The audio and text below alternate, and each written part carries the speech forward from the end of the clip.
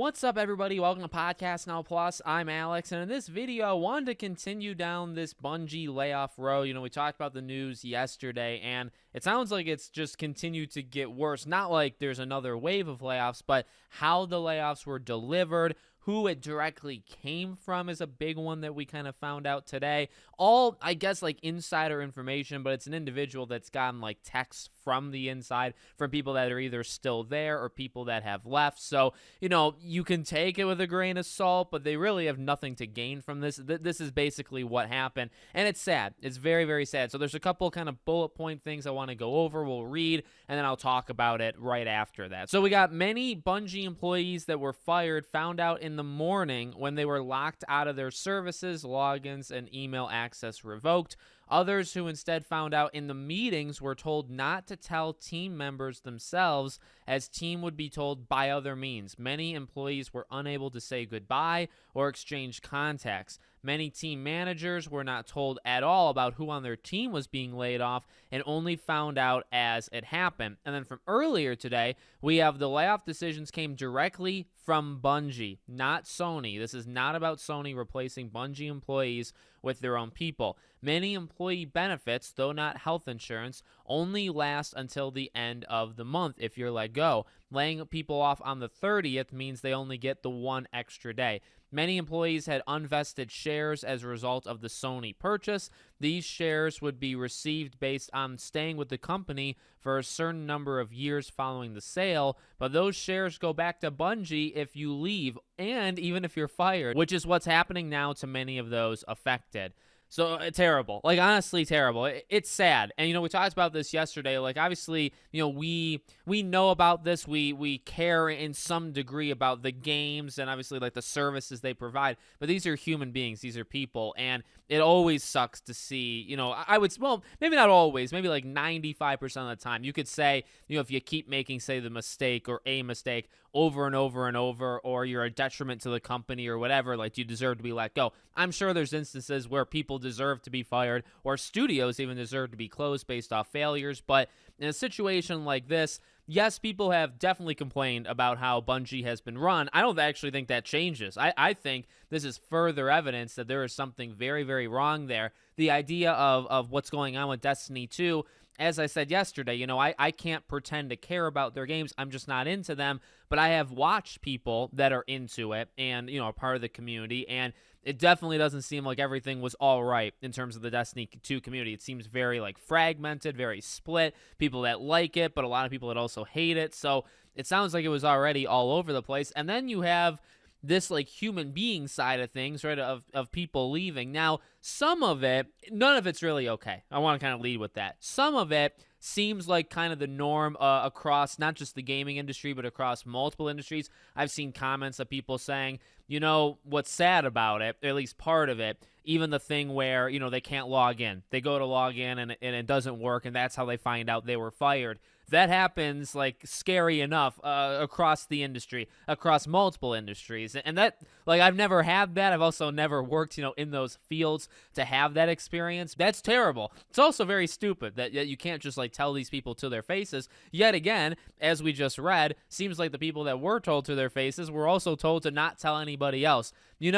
The David Jaffe thing about, things happening at PlayStation. Now, he was talking about Connie Booth, right? He was talking about one individual. But it does seem like Sony has massively been shaken up. And Sony, right? Because Bungie underneath. Now, like we read, it seems like this all came from Bungie. So, and I'm not trying to, throw anybody under the bus from what I'm about to say. I wonder if Sony kind of told them, hey, here's what we need to do. You need to eliminate X amount of people from X amount of positions. You do it how you want. You eliminate the people that you want, but it needs to be done.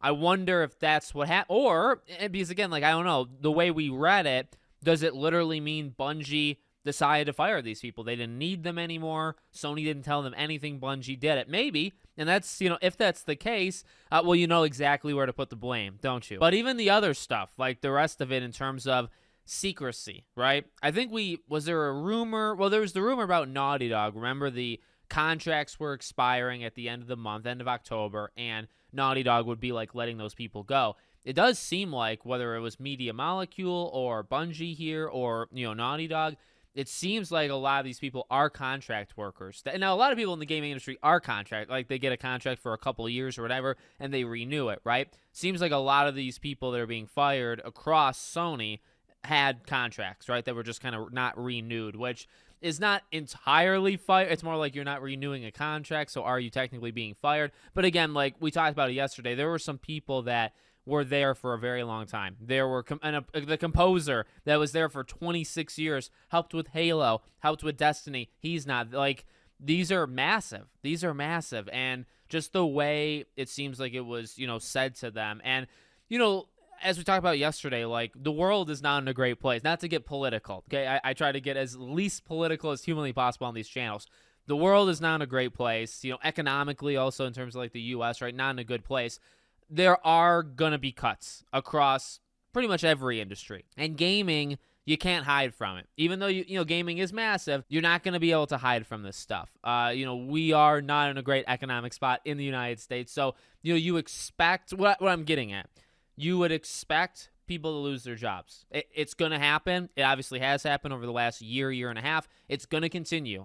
It's going to get worse before it gets better. And that's why I'll leave the political kind of statements. But what I'm kind of leading to is I still feel like there's a right and wrong way of doing it. And that's kind of the echo that I've seen other people online saying where, again, it's like you accept that, like during tough times, you have to make choices. You have to eliminate people from their jobs, right? Like, that's going to happen. How you do it is actually kind of separate, right? The fact that they're doing it to these people one day, they get 1 day of coverage, whatever the coverage is, right? Not health insurance, but whatever it is, they get 1 day. The loophole with those stocks, right? Some extra money, some money that people that are being fired might need that money, right?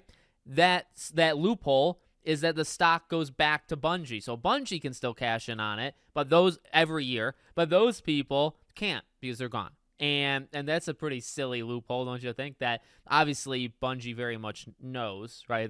And I guess it actually does put further proof on, well, they made the decision to fire these people, right? Not that they're looking for, like, they're going to save money across the board, I guess, from, losing people. I don't know if the most amount of money is from the stock shares, but it certainly doesn't hurt, right? That they've thought about that probably before they made the move. So it sucks. It really does. And, we've talked about the size of Bungie, and like I've said before, right? Like, I just don't have a big care for a lot of the stuff that they're working on. I am moderately interested in Marathon. I want to see where that's going, but I can't pretend like it's like my most. If I were to make like a top 100 list of games coming out over the next 5 years, that would not be on the list. But I am like excited to a degree about it. I want to see it. And so it's, from the gaming side of things, as I've said, like, I don't want to come across, I guess, the wrong way. I care about people. I care about the people that are impacted, and the way that they've done it is not how you do it. It's just not how you do it. And then also from the gaming side, you worry about the future. You worry about how is this going to impact the company going forward. And like I said yesterday, I'm not going to be a good judge of that because I don't play their games. I don't really care too, but I feel for the people that do play their games, and I feel for the people, obviously, that lost their jobs. So many people, 6,000 plus, have lost their jobs in the gaming industry in 2023. Been a bad year. So let me know what you guys think in the comments. Make sure, as always, you're subscribed to the channel, bell icon turned on, and I hope to see you all on the next one.